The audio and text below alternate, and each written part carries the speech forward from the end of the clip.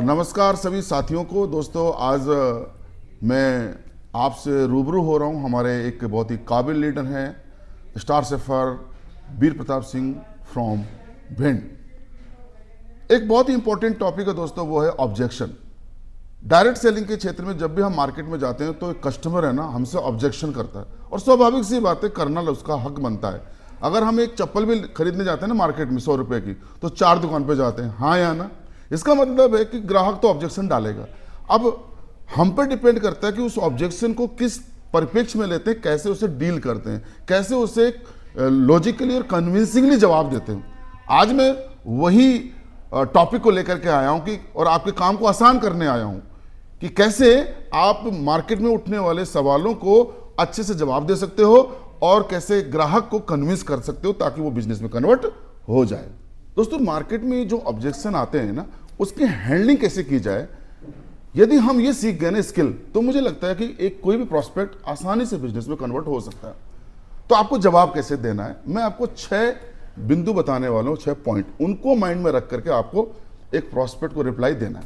सबसे पहले एप्रिसिएशन, यानी कि जो क्वेश्चन उसने उठाया है ना, उसको आपको ना तारीफ करनी। बिल्कुल सही कहा सर, आपकी बात से मैं सहमत हूं।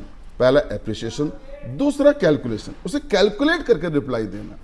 तीसरा लॉजिक तर्क के साथ आपको रिप्लाई देना। फिर चौथा मोटिवेशन, मोटिवेट करना। पांचवा इमोशंस, यानी इमोशनल पंच, उसकी भावनाओं को जागृत करना। और छठा फाइनल पंच। इन 6 बिंदुओं के आधार पर आप प्रॉस्पेक्ट को रिप्लाई दे सकते हो और प्रॉस्पेक्ट अगर एक बार कन्विंस हो गया ना, तो डेफिनेटली वो बिजनेस में कन्वर्ट होगा। काम तो बहुत अच्छा लगा, समझा भी बहुत अच्छा हूँ। कहीं ना कहीं सर हमारे पास क्या पैसे नहीं है, पैसे का मैनेजमेंट नहीं कर पा रहा हूँ। क्यों मैं जॉब कर रहा हूँ सर, जो पैसा कमा रहा हूँ वो कहीं ना कहीं घर में खर्च हुआ। बिल्कुल सही कहा सर वीर प्रताप सर, आपने पैसा नहीं है, वाकई में पैसा नहीं है, इसलिए सर इस काम को हमें करना चाहिए। सर पैसा नहीं है एक ये समाधान तो नहीं है, ये क्या है, एक समस्या। तो समस्या का समाधान हमें ढूंढना चाहिए कि नहीं ढूंढना चाहिए? ढूंढना चाहिए सर, पक्का ढूंढना चाहिए। कभी आपके जीवन में सर पैर में कांटा चुभा? जी सर, बिल्कुल चुभा है। चुभा होगा ना, तो उस कांटे को आपने क्या किया, निकाला या छोड़ दिया? सर निकाला। निकाला ना? जी सर। कैसे निकाला? सर सुई के माध्यम से। सुई के माध्यम से। इसलिए निकाला कि कांटे से राहत मिल जाए, है ना, और दर्द से आपको मुक्ति मिल जाए। हालांकि एक कांटा ऑलरेडी लगा हुआ है, वो दर्द आपको लग रहा है, महसूस हो रहा है, और फिर दूसरा कांटा ले रहे हो, लेकिन इस दर्द को इसलिए लेना चाहते हो कि ताकि आपको उससे राहत मिल जाए। हमारे आपके जीवन में ना ये कांटा चुभ रहा है, गरीबी रूपी कांटा चुभ रहा है वीर प्रताप सर, लेकिन अब समझदारी ये कहती है कि उस कांटे से ना मुक्ति मिल जाए हमें, उससे हमें राहत मिल जाए। तो सर अब 2 विकल्प हैं, या तो इस कांटे को, दर्द को लेकर के जीवन भर कराते रहो, या फिर एक 15-16 हजार का एक कांटा और लगा लो और इस कांटे के दर्द से आपको राहत मिल जाए। बेहतर विकल्प क्या है सर? बेहतर विकल्प यही है कि उस कांटे को निकालना चाहिए, हाँ या ना? बिल्कुल सर मान लो अपेंडिक्स का दर्द हो गया हमारे पेट में और स्वेलिंग आ गई और डॉक्टर ने बोला कि भाई रातों रात ऑपरेशन करना पड़ेगा और भैया इसके लिए 1 लाख रुपए खर्चा आएगा। क्या हम ये कहेंगे कि भाई हमारे पास में 1 लाख रुपए नहीं है? सर मैनेज करेंगे, कहीं ना कहीं से मैनेज होगा। मनी होती नहीं है sir, money can be arranged bye somewhere else, कहीं ना कहीं से अपने दोस्तों से, रिश्तेदारों से, पड़ोसियों से अरेंज की जाती है, तो उसको अरेंज करना पड़ेगा हमको। सही है, रातों रात हम रात को 2 बजे भी ना हॉस्पिटल के काउंटर पर जाकर ढेर लगाएंगे, हाँ या ना? क्योंकि जीवन मरण का सवाल है सर। जब ये बात समझ में आ जाती है तो पैसा अपने आप ही हम अरेंज कर लेते हैं। आज अगर यदि आपको लगता है कि वाकई में आपके बच्चों का जीवन बन सकता है, आपका जीवन बन सकता है यहाँ से, तो मैं कहूँगा सर 15-16 हजार रुपये कोई बड़ी राशि नहीं है, ये अरेंज की जा सकती है, हाँ या ना? बिल्कुल। आप जरा सोचो वीर प्रताप सर कि आज अगर हमारे पास में 16-17 हजार की व्यवस्था नहीं है, कल जाके आप अपने बच्चों की एजुकेशन, हायर एजुकेशन दिलाना चाहेंगे, आप उनके लिए डॉक्टर, इंजीनियर, पायलट, साइंटिस्ट बनाने का कोई सपना तो बनाया होगा। जी सर, बिल्कुल। आप सोचिए जरा कि उनकी जो पढ़ाई लिखाई कितनी महंगी हो गई है। जी सर, अगर आप उनके लिए कोचिंग की भी बात करो ना, कोटा में जाकर के ना, बंसल रेजोनेंस एलन एकेडमी में जाके पता कर लेना आप, वहां पर कोचिंग कितनी महंगी हो गई। जी सर। पूरे महीने का बजट खराब हो जाएगा, हालात ऐसे हो जाएंगे। तो ऐसी परिस्थिति बनी हुई, तो उनके लिए आखिर हमें कुछ सोचना चाहिए कि नहीं सोचना चाहिए सर? कल बेटी की शादी भी करनी है सर अपन को, हैं? अगर हम बेटी की 5 लाख में शादी करें तो कहाँ जाएगी? गरीब किसान के घर में जाएगी। बिल्कुल सर। है ना? जीवन भर गोबर का कचरा सिर पे रहता है, आप एडमिट करते हो। सही, बिल्कुल। अगर 20-25 लाख में उसकी शादी करें बिटिया की, तो थोड़ा एक नौकरी पेशा घर में जाएगी, है ना? थोड़े जीवन अच्छा होगा। लेकिन अगर बिटिया की शादी में हम करोड़ों रुपए खर्च करें तो एक संपन्न परिवार में जाएगी। बिल्कुल सर। भाई कोई भी संपन्न परिवार बिना खर्चा किए, बिना लागत लगाए शादी में कोई हमारी बेटी को स्वीकार करने से रहा, हाँ या ना? सब। तो अब जब करोड़ों रुपए लगा करके हम बिटिया को विदा कर रहे हैं, तो यकीनन वो एक अच्छे घर में जाएगी और जहां से एक राजकुमारी की तरह जीवन जिएगी और आपको थैंक यू बोलेगी। यही कहेगी, I love my mom, I love my dad. अगर मेरे मम्मी पापा बने तो 7 जन्मों में यही बने, हाँ या ना? बिल्कुल सर। तो अब ये कब होगा? जब हम पैसे कमाने के बाद सोचेंगे, है ना? नहीं तो फिर क्या होगा? बजट दूल्हा, बजट शादी का बजट दूल्हा, ये एक नई टर्मिनोलॉजी है ना वर्तमान समय की, कि भाई मेरा तो 5 लाख का बजट है वीर प्रताप सर, मेरी बेटी की शादी करनी है, कोई रिश्ता हो आपकी नजर में तो मुझे बताना। फिर तो बेटी की चॉइस से शादी कहाँ हो रही है? फिर तो बजट की चॉइस से शादी हो रही है, हाँ या ना? हाँ सर। तो जब हम अपने बच्चों को अच्छी लाइफ देना चाहते हैं, बिटिया को अच्छे घर में विदा करना चाहते हैं, बच्चों को अच्छी एजुकेशन देना चाहते हैं, तो मुझे लगता है 16-17 हज़ार रुपये कोई बड़ी राशि नहीं है। इट कैन बी अरेंज और इसकी व्यवस्था की जा सकती है सर। जी सर, बिल्कुल व्यवस्था की जा सकती है सर, और करेंगे व्यवस्था सर। है, यदि नहीं करेंगे सर तो बाकी जिंदगी जो चली रही है सर, वो तो ये जिंदगी तो आपसे काम करवा के मानेगी, ये बात तो तय है सर। बिल्कुल।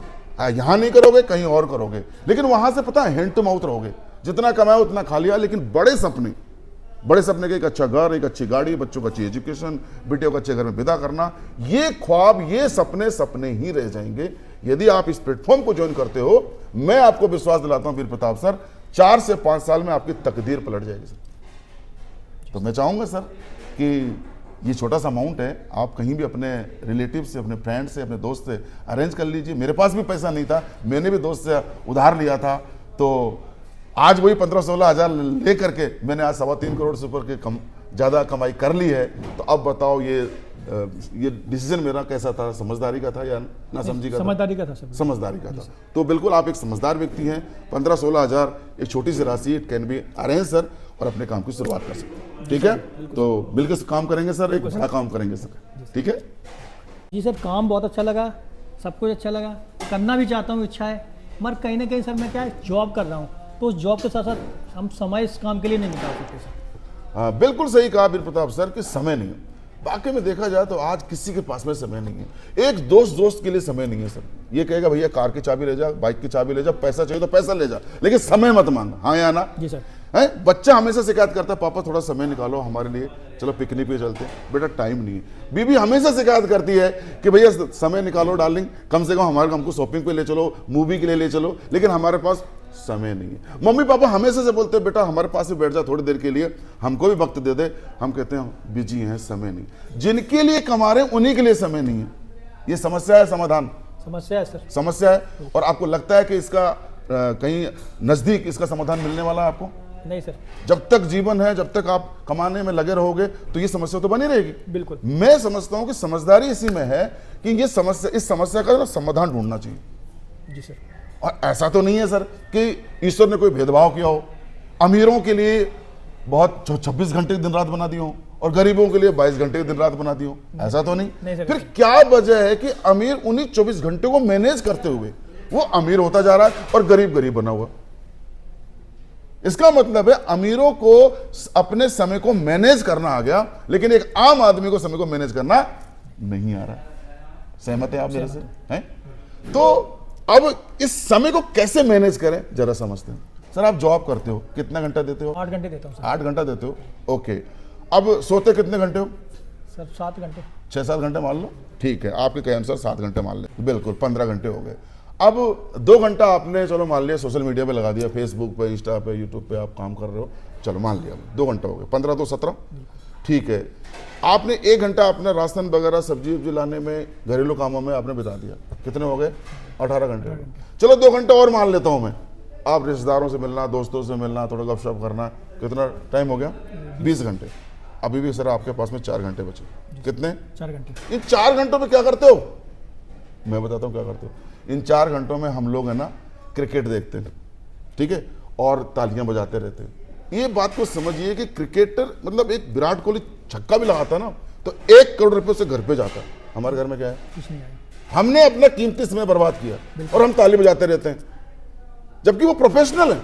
मैं भी देखता था वीर प्रताप सर क्रिकेट, लेकिन बात समझ में आ गई कि यार I am wasting my valuable time, मेरा समय ही मेरे लिए धन है और समय को मैं बर्बाद कर रहा हूं। क्रिकेट देखते हैं अपन, या फिर पॉलिटिक्स की बातें करते हैं, नरेंद्र मोदी या फिर राहुल गांधी पे बातें करते हैं और उस मीम्स की बात चर्चा करते हैं, या फिर इधर उधर की बातें करते हैं, हाँ या ना। मुझे लगता है कि उस समय को वहां बर्बाद ना करके इस प्लेटफॉर्म पे निवेश किया जाए तो आराम से आप 1-2 घंटा तो निकाल ही सकते हो। 4 घंटा नहीं से 2 घंटा तो कर ही सकते हो इसके लिए। जी सर, बिल्कुल निकाल सकते। सुबह शाम 1-1 घंटा भी निकालते हो आप इस काम के लिए, तो वहां से आपकी टीम बन सकती है। सर मैं भी टीचर था, मेरे पास भी समय नहीं था, मैं भी जॉब में था, लेकिन मैं डेली 2 घंटा तो चुरा ही लेता था अपने 24 घंटे में से। फिर संडे तो मेरा था ही, गस्टेड हॉलीडेज थे, summer vacation, winter vacation, Holi की छुट्टी, दिवाली की छुट्टियां, कुछ मेडिकल, कुछ विदाउट पेमेंट, इस तरह मैंने काम किया और देखते देखते मेरी टीम बन गई। सर पार्ट टाइम काम करते तो कंपनी के 3 साल में डायमंड बन गया मैं, 4 साल में ब्लू और 5 साल में ब्लैक डायमंड। तो सर टाइम को तो मैनेज करना पड़ेगा, आप चाहोगे तो मैनेज आसानी से हो जाएगा। मैं ये नहीं कह रहा हूं सर आप 24 घंटा भागो इसके लिए, लेकिन 1 या 2 घंटा आप निकालते हो तो भाई आपकी बड़ी टीम बन जाएगी। बाकी आपको टाइम को कैसे इंक्रीज किया जाए, कैसे टाइम को बढ़ाया जाए, जैसे आज मैंने अपने नेटवर्क में लाखों घंटे का टाइम मैंने इंक्रीज कर दिया, वो फॉर्मूला कभी अलग से बैठना मैं आपको बताऊंगा। जी सर। ठीक है, तो ये आशंका आपकी निर्मूल है सर, मिल करके बहुत बड़ा काम हो सकता है। बाकी जिंदगी तो आपसे काम करवाएगी सर, यहाँ नहीं करोगे कहीं और करोगे, और हमेशा समय का ये रोना बना ही रहेगा, यार समय नहीं है, समय नहीं है। मैं तो आपको एक ऐसा रास्ता सुझाया है जहाँ से आपको आने वाले समय में मनी फ्रीडम भी मिलेगी, 5 साल के बाद में टाइम फ्रीडम भी मिलेगा और समाज में स्टेटस भी मिलेगा, आर्थिक आज़ादी, समय की आज़ादी और समाज में एक बड़ा आपका रुतबा होगा। तो वेलकम करूंगा सर, इस परिवार में मिलकर बहुत बड़ा काम कर सकते हैं। बिल्कुल। ठीक है, ठीक है सर, सब कुछ अच्छा लगा, समय भी निकाल लेंगे, पैसे की व्यवस्था कर लेंगे। कहीं ना कहीं सर मैंने देखा ना कि आपकी कंपनी के ना प्रोडक्ट बहुत महंगे हैं सर। बिल्कुल बिल्कुल सही कहा सर, प्रोडक्ट महंगे, मुझे भी प्रोडक्ट महंगे लगे सर, लेकिन जब मैं अपने गुरुजी के साथ बैठा ना, अपने मेंटर के पास बैठा, तो मुझे लगा कि यार ये तो सबसे सस्ते प्रोडक्ट है, सबसे सस्ता ट्रीटमेंट है। अच्छा एक बात बताओ वीर प्रताप सर, किसी बंदे को किडनी में स्टोन हो गया, पथरी हो गई, तो उसका इलाज कराने के लिए अस्पताल में जाएंगे, तो कितना खर्चा आएगा? कम से कम 50 से 55 हज़ार, 50-55 हज़ार मान लो। और इस बात की कोई गारंटी नहीं है कि एक बार ऑपरेशन हो जाए दोबारा पथरी ना आती कि नहीं आती सर। कई बार आपने देखा होगा ऑपरेशन होने के बाद दोबारा पथरी उस जगह पे आ जाती है। अब 50-55 हज़ार खर्चा करने का आपने मानस बना के रखा है। हमने स्टोन डॉग दिया जिसकी कीमत है लगभग 2100। अगर वो एक बोतल है ना, 1000 ml यानी 1 लीटर की बोतल है, ठीक है, वो पूरे महीने की खुराक है। अगर हमने 3 महीना भी रोगी को दिया तो हमने कितना खर्चा करा दिया उसका? 6,000 रुपए। 6,000 रुपए सीधे तौर पर 50 में 6 माइनस करो, 44,000 का हमने आपका फायदा करा दिया। बिल्कुल सर। अब आप बता दो मुझे कि ये ट्रीटमेंट सस्ता हो गया महंगा? तो सस्ता हुआ उसकी अपेक्षा, तो उसकी अपेक्षा प्रोडक्ट सस्ते हुए महंगे? ये सस्ते हो गए भाई। वो दुआ देगा या बददुआ? दुआ देगा सर। दुआएं देगा। तो ये काम अच्छा हुआ है कि बुरा? अच्छा हुआ सर। ये काम तो अच्छा हुआ, धन्यवाद देगा भाई साहब। मैं तो 50,000 खर्च करने वाला था, मेरा तो 6,000 में काम बन गया। 44,000 आपने मेरी गाड़ी कमाई बचा दी, वो आपको धन्यवाद बोलेगा, थैंक यू बोलेगा, आपको दुआएं देगा। और माँ बाप ने तो यही सिखाया हमें कि बेटा काम वो करना जहां से समाज तेरे को दुआ दे, क्योंकि दुआएं बड़ी देरी से लगती है और बददुआ बहुत जल्दी लग जाती है। तो ये दुआओं लेने का काम है सर, सही है। तो अब यहां पर हम थोड़ी देर के लिए मान लेते हैं कि भाई रिजल्ट नहीं आया, तो कौन सा पहाड़ टूट जाएगा? कौन सा पहाड़ टूट जाएगा? मैं तो कहता हूं हो सकता है 1 महीने में रिजल्ट आ जाए, नहीं तो 2 महीने या 3 महीने में रिजल्ट आ सकता है। और 3 महीने में रिजल्ट नहीं भी आया तो क्या 5-6 हज़ार रुपए लगा के वो व्यक्ति कंगाल हो जाएगा क्या? नहीं सर। 50,000 तो खर्चा करने को तैयार था भाई, 5,000 और एक्स्ट्रा सही, ये समझेगा कि दवाइयां महंगी हो गई, जांचें महंगी हो गई और ज्यादा फर्क नहीं पड़ेगा। हाँ या ना? एक घुटने की कटोरी नी रिप्लेसमेंट तकरीबन 2 लाख का खर्चा और दोनों का 4 लाख। अब एक सक्षम व्यक्ति तो सर व्यवस्था कर लेगा पैसे की, एक गरीब आदमी 4 लाख कहां से लाएगा? वो इसको फालतू खर्चा समझता है वीर प्रताप सर, और इस दर्द को लेकर कराता रहता पूरे जीवन भर और मरने का इंतजार करता रहता। हाँ या ना? हम 10-12 हज़ार के हमने प्रोडक्ट दे करके हमने हजारों लोगों के घुटनों के ऑपरेशन रुकवाए। आप बता दो सर, ये काम अच्छा किया कि बुरा किया? अच्छा किया सर। है अच्छा किया। वो हमको दुआ देगा या बददुआ? दुआ देगा सर। ये प्रोडक्ट सस्ते हो गए या महंगे? सस्ते हो गए सर। सस्ते हो गए भाई। ऑपरेशन कराने के बाद कोई गारंटी नहीं है कि नकली घुटने बनेंगे तो असली शरीर का वजन नहीं झेल सकता सर। अगला एग्जाम्पल लेते हैं, हार्ट की बाईपास सर्जरी तकरीबन 4 से 5 लाख का खर्चा है, ठीक है। हम 10-12 हजार दे करके हमने हजारों लोगों की हार्ट की बाईपास सर्जरी रुकवाई है। अब बताओ काम अच्छा किया कि बुरा किया? अच्छा किया। ये ट्रीटमेंट सस्ता हुआ या महंगा? सस्ता हुआ। वो दुआ देगा या बददुआ? दुआ देगा सर। हमने हजारों लोगों के सोराइसिस ठीक किए, हजारों लोगों के हमने डायबिटीज ठीक की जो इंसुलिन के इंजेक्शन लेते थे, हजारों बहनों के गोद में बच्चा आया। एक इंसान जीवन में मेहनत करता, पसीना बहाता, क्यों? अपने वंश के लिए, बच्चों के लिए, लेकिन पीछे मुड़ के देखता तो बच्चे नहीं है। वो दर्द को वही महसूस कर सकता है। अपने श्रद्धा के बियॉन्ड वो खर्चा करने को तैयार है संतान प्राप्ति के लिए, हाँ या ना? यस। यानी कि उसने खूब प्रयास किया, खूब पैसा भी, लाखों रुपए खर्चा कर दिया, लेकिन एलोपैथी ने हाथ खड़े कर दिए कि तुम कभी माँ बाप नहीं बन सकते। फिर देवी देवताओं की भी ढोक लगाई, लेकिन वहां से भी कोई आशीर्वाद नहीं मिला। पीर मजार पे चद्दर भी चढ़ाई, लेकिन वहां से भी आशीर्वाद नहीं मिला, चप्पल घिस गई। ऊपर से समाज ने मारे ताने कि तुम बांझ हो। कहते ना वीर प्रताप सर कि तलवार के घाव भर सकते हैं, लेकिन बातों घाव नहीं भरते। बिल्कुल सर। जिस लेडी को किसी ने कहा है कि तुम बांझ हो, वो उसके जीवन की सबसे बड़ी गाली है, वो सबसे बड़ी पीड़ा है उसकी लाइफ की। आज ये कहते हुए मुझे बड़ा गर्व होता है कि हमारे प्रोडक्ट सर एक नहीं, दो नहीं, हजारों घरों में खुशियां आई हैं।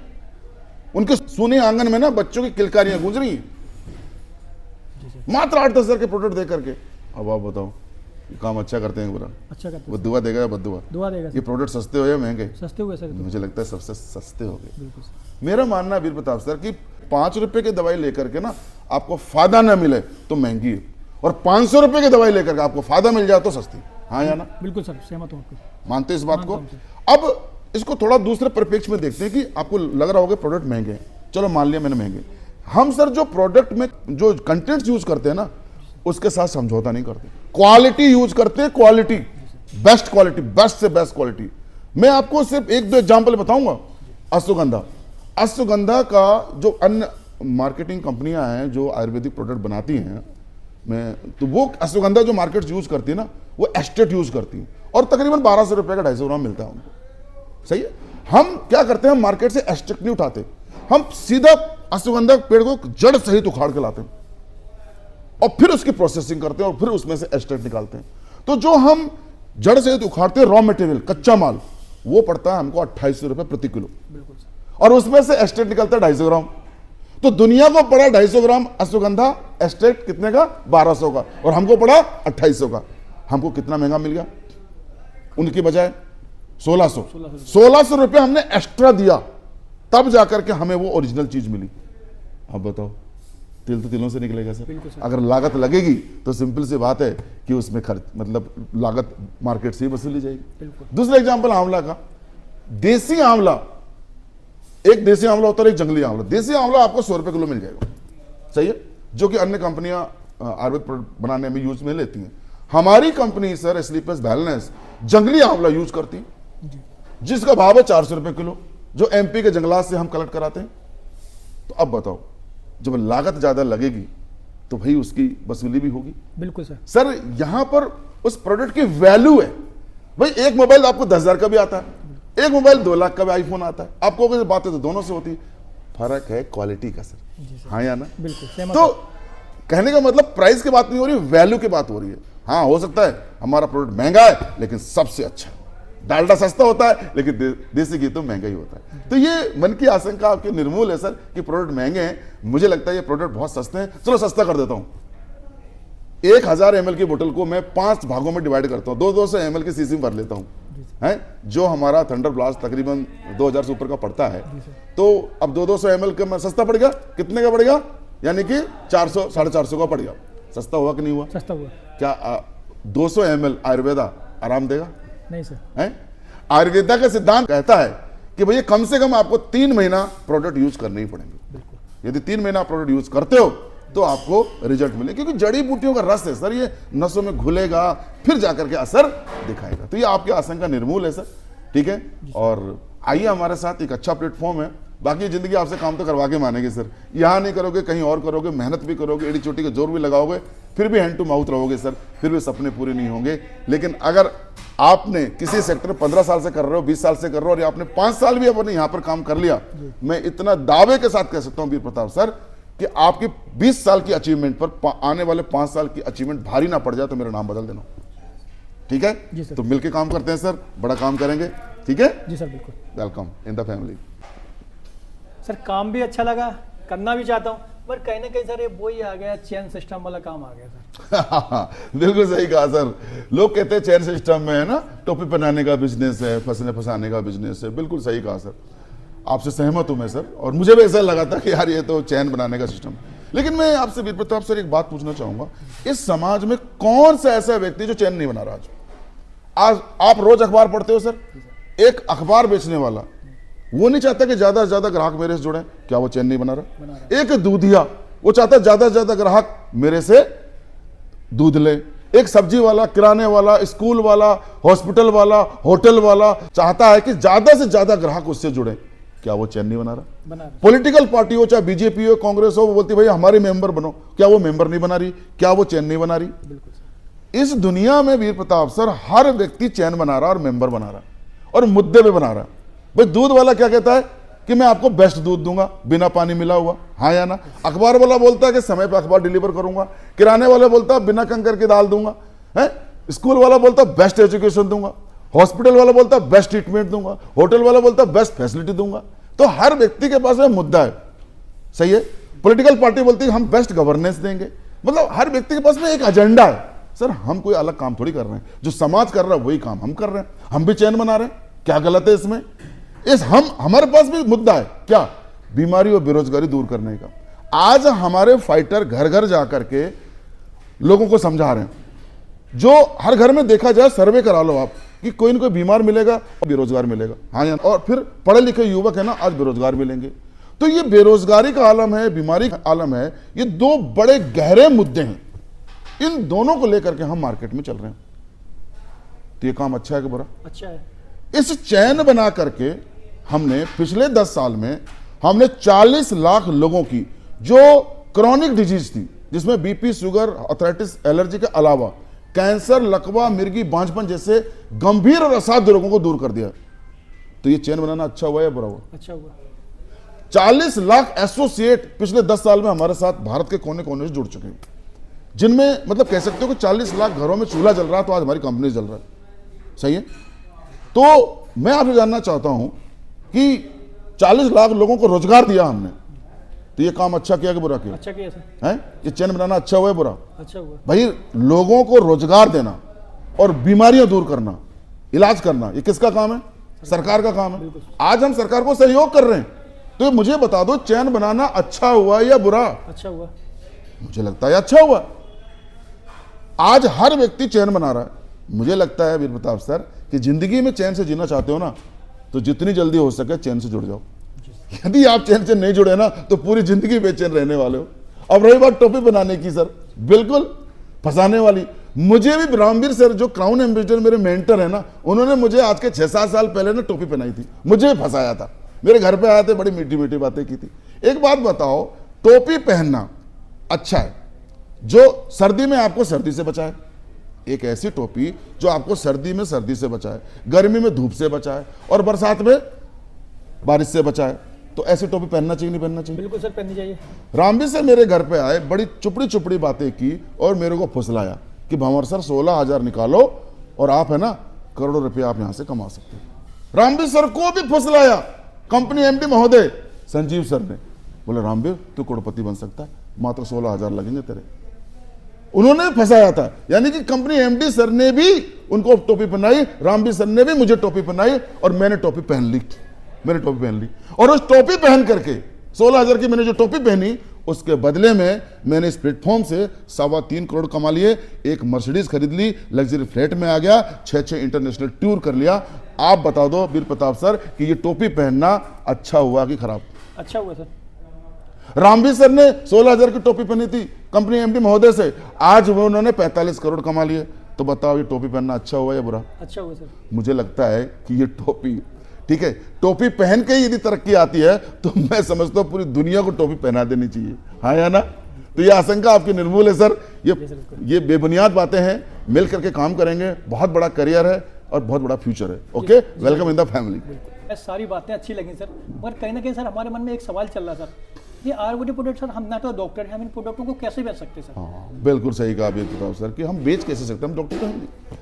मुझे भी ऐसे लगा था सर, लेकिन जब मैं अपने गुरुजी के साथ बैठा और समझा मैंने, तो मुझे लगा कि यार ये पहली बात तो ना, ये दवाइयाँ ही नहीं, ये प्रोडक्ट है, ये आयुर्वेदिक जड़ी बूटियों का रस है काढ़े के रूप में। ठीक है, देखो बेसिकली क्या होता है वीर प्रताप सर कि दवाइयाँ दो प्रकार की होती हैं। एक दवाई होती है प्रेस्क्राइब्ड मेडिसिन, जो एक एमबीबीएस डॉक्टर पर्चे पे लिखता है, जो किसी मेडिकल स्टोर से मिलती है। दूसरी जो कैटेगरी होती है उसको बोलते हैं ओटीसी, यानी ओवर द काउंटर। इसमें सेफ प्रिपरेटरी टाइप की मेडिसिन आती है, सही है, वो खुले काउंटर पे मार्केट में बिकती है और कोई भी उनको खरीद सकता है। ठीक है सर, अब उदाहरण के तौर पर माधुरी दीक्षित आती है टीवी पे ऐड करने, हैं क्या कहती है, च्यवनप्राश का ऐड करती है, बोला 2-2 चम्मच सुबह शाम खाओ, सर्दी खांसी जुकाम दूर भगाओ। क्या वो डॉक्टर है? यानी कि जो इस प्रकार के जो सेफ प्रिपरेटरी कैटेगरी के जो मेडिसिन हैं, मतलब मेडिसिन नहीं, वो प्रोडक्ट्स हैं, वो मार्केट में खुले बिक सकते हैं, ये ओटीसी कैटेगरी में आते हैं। ठीक है, अब रही बात आपकी बोले कि हम कैसे बेच सकते हैं, तो पहली बात तो हम इनको बेच नहीं रहे, हम इनको बेच नहीं रहे, हम इनको रिकमेंड करा रहे हैं। जैसे एमआर दवाइयां बेचता नहीं है, वो दवाइयां रिकमेंड कराता है डॉक्टर से, उसी पैटर्न पर हम पेशेंट को कहते हैं कि भैया आपके डायबिटीज में डायबोडॉक काम करेगा, लीवर खराब है तो आपका लिवोडॉक काम करेगा, इम्यूनिटी बढ़ानी है तो आप इम्यूनोडॉक हमारा ले सकते हो। हम रिकमेंड कराते हैं, हम प्रोडक्ट नहीं सेल करते, कंपनी सेल करती। हम तो एक एमआर की तर्ज पर प्रोडक्ट रिकमेंड करते हैं, यानी डायरेक्ट सेलर। सर हमारा आई कार्ड होता है प्रॉपर, ठीक है, कंपनी से आई कार्ड इशू होता है, केवाईसी एग्रीमेंट होता है, और उस केवाईसी के अनुबंधों के तहत हम ये डायरेक्ट सेलिंग करते हैं।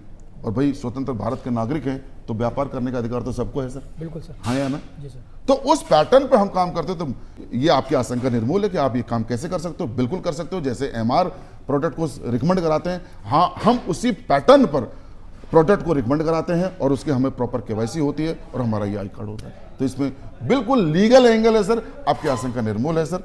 ठीक है, तो मिलकर काम करेंगे सर, बहुत बड़ा काम करेंगे। जी सर, बिल्कुल सर।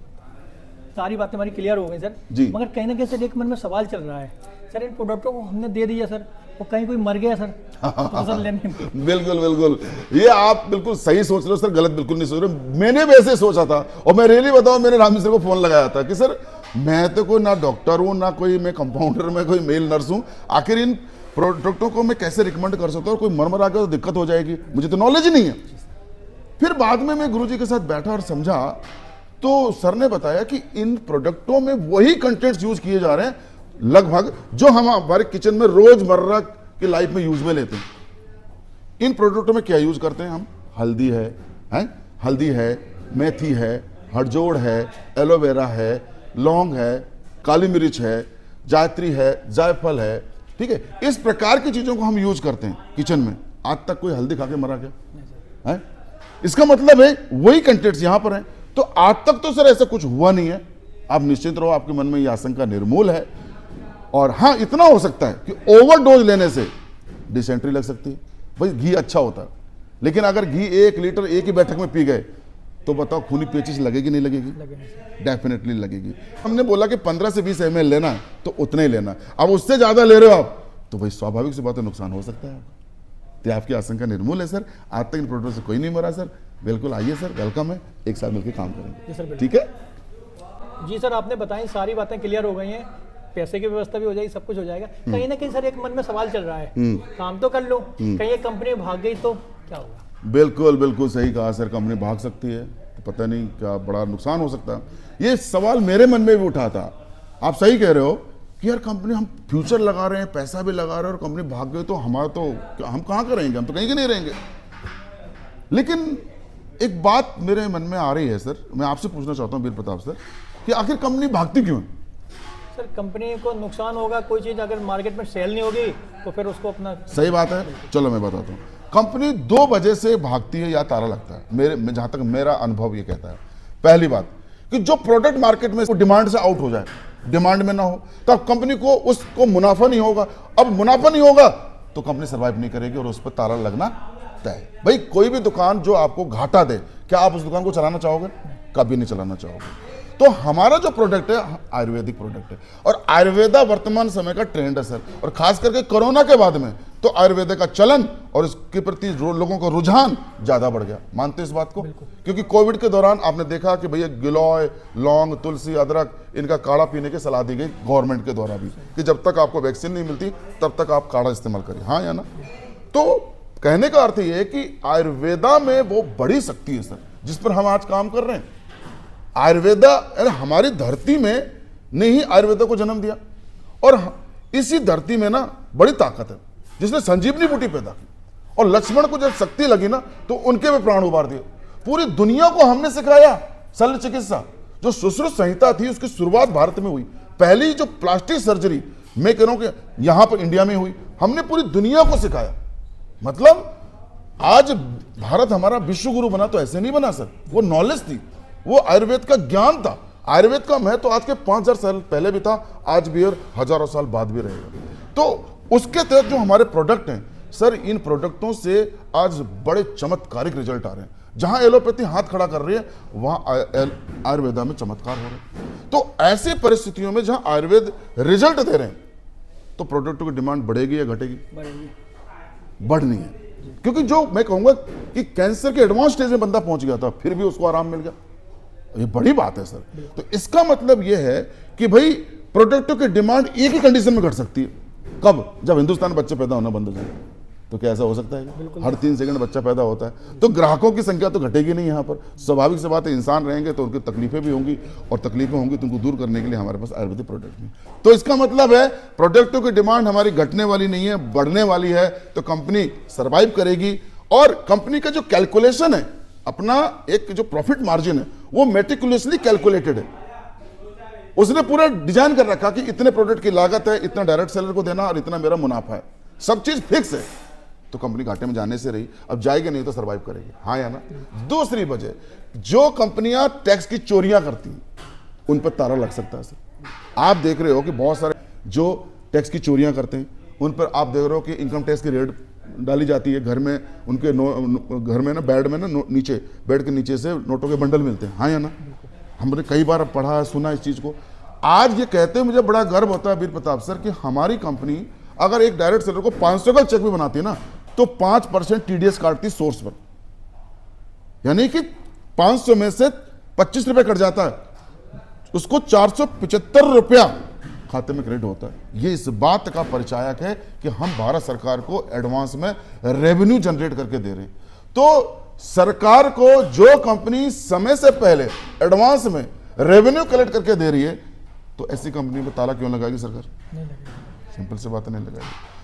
ठीक है, एक पहलू तो ये। दूसरा पहलू ये है कि चलो कंपनी, मैं कहता हूं भाग गई, क्या लेके जाएगी हमारा? हमने 16,000 लगाए, उसके बदले में एमआरपी के 20,000 का प्रोडक्ट देगी, फिर भी जा तो जा, कोई हमारा तकदीर तो लेके नहीं जाएगी। तीसरी बात, ये कंपनी फौजियों की है, फौजियों पे तो भरोसा है। बिल्कुल सर, हमारे देश की आन बान शान है। इस कंपनी की जो नींव डालेगी कंपनी एमडी महोदय, एमडी एंड सीईओ माननीय संजीव कुमार जी ने, जिन्होंने भारतीय सेना में 16 साल गौरवमयी सेवाएं दी। उसके बाद 50 जो डायमंड्स हैं वो रिटायर्ड सोल्जर्स हैं भारतीय सेना से। तो भारतीय सैनिक ने एक बात सीखा है कि समाज के लिए, देश के लिए गर्दन कटा देगा, लेकिन कभी समाज के लिए, देश के लिए गद्दारी नहीं करेगा। तो ये एक बहुत बड़ा बल मिलता है कि यार ये फौजियों की कंपनी है। ठीक है, और आखिरी बात सर कि भाई अगर कंपनी भाग भी रही है तो मैं तो कह रहा हूं कि इतनी स्पीड से भाग रही है सर कि हम तो क्या, हमारा खानदान, किसी के खानदान भी उसको उस स्पीड से पकड़ नहीं सकता। ठीक है, तो कंपनी बहुत तेजी से ग्रोथ कर रही है और एक फास्टेस्ट लीडिंग कंपनी के रूप में अपने आप को इमर्ज कर चुकी है। तो ये आपकी आशंका निर्मूल है सर कि कंपनी भागेगी, कंपनी यहीं भागेगी। सबसे बड़ा सवाल होता है कि कंपनी तो नहीं भाग रही, आप तो छोड़ के जाने वाले नहीं हो। आप तो भागने वाले नहीं है मैदान छोड़ के। ठीक है sir, welcome in the family, मिलके काम करेंगे सर। काम शुरू करते हैं सर, काम भी अच्छा लगा, सब कुछ अच्छा लगा। कहीं ना कहीं सर मन में एक सवाल चलता रहता है कि सर काम तो कर लें, मगर इसमें सुना है लोग बताते रहते हैं कि जो पहले आते हैं वही पैसा कमाते हैं, बाद वाले पैसा नहीं कमाते। बिल्कुल बिल्कुल सही कहा आपने सर।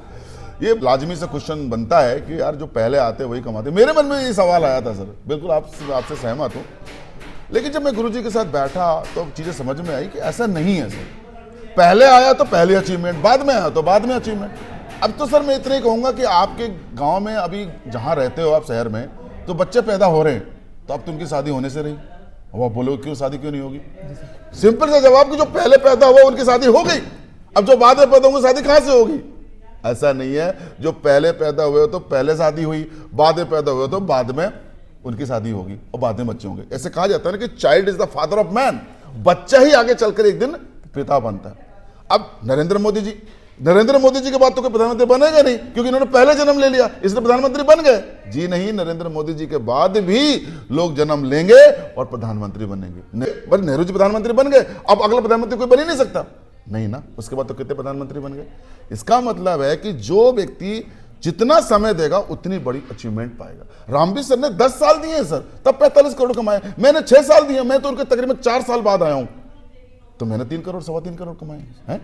उसी प्रकार से अगर मैं आपकी बात करूं तो आपने मेरे तो तकरीबन 3-4 साल बाद में काम स्टार्ट किया, तो आपने भी अचीवमेंट पाई है। इसका मतलब जिस व्यक्ति ने जितना समय दिया उतना उसने अचीवमेंट पाई है। तो ये आशंका निर्मूल है कि जो पहले आया जो पहले कमाया, नहीं, पहले आने का सवाल नहीं उठता, किसने कितना वक्त दिया उस प्लेटफॉर्म को, उस आधार पर उसकी अचीवमेंट आती है। तो ये आशंका आपकी निर्मूल है सर। ठीक है, मिलके काम करेंगे, बहुत बड़ा काम करेंगे सर। ठीक है, तो दोस्तों ये था हमारा ऑब्जेक्शन हैंडलिंग का एक विशेष सेशन, जो हमारे बहुत ही काबिल लीडर स्टार सेफर वीर प्रताप सिंह चौहान सर हैं, जो कि भिंड एमपी से बिलोंग करते हैं, जिनके साथ हमने वार्तालाप की। हमारे टीम के बहुत ही जांबाज लीडर हैं। हमने काफ़ी सारे क्वेश्चंस को हमने एड्रेस किया, कोशिश की हमने उन जो सवाल आते हैं अमूमन ज़्यादातर मार्केट में, उन क्वेश्चनों को हम कैसे जवाब दें, उनका हमने एक सोल्यूशन निकालने की कोशिश की। आपको ये सेशन कैसा लगा? मैं चाहूँगा कि अपनी फीडबैक कमेंट्स के रूप में दें, कमेंट्स बॉक्स में जाएं और अपनी फीडबैक दें, और साथ ही please like, comments and share, और चैनल को सब्सक्राइब करना ना भूलें। फिर मिलेंगे एक ऐसे ही वीडियो के साथ, तब तक नमस्कार।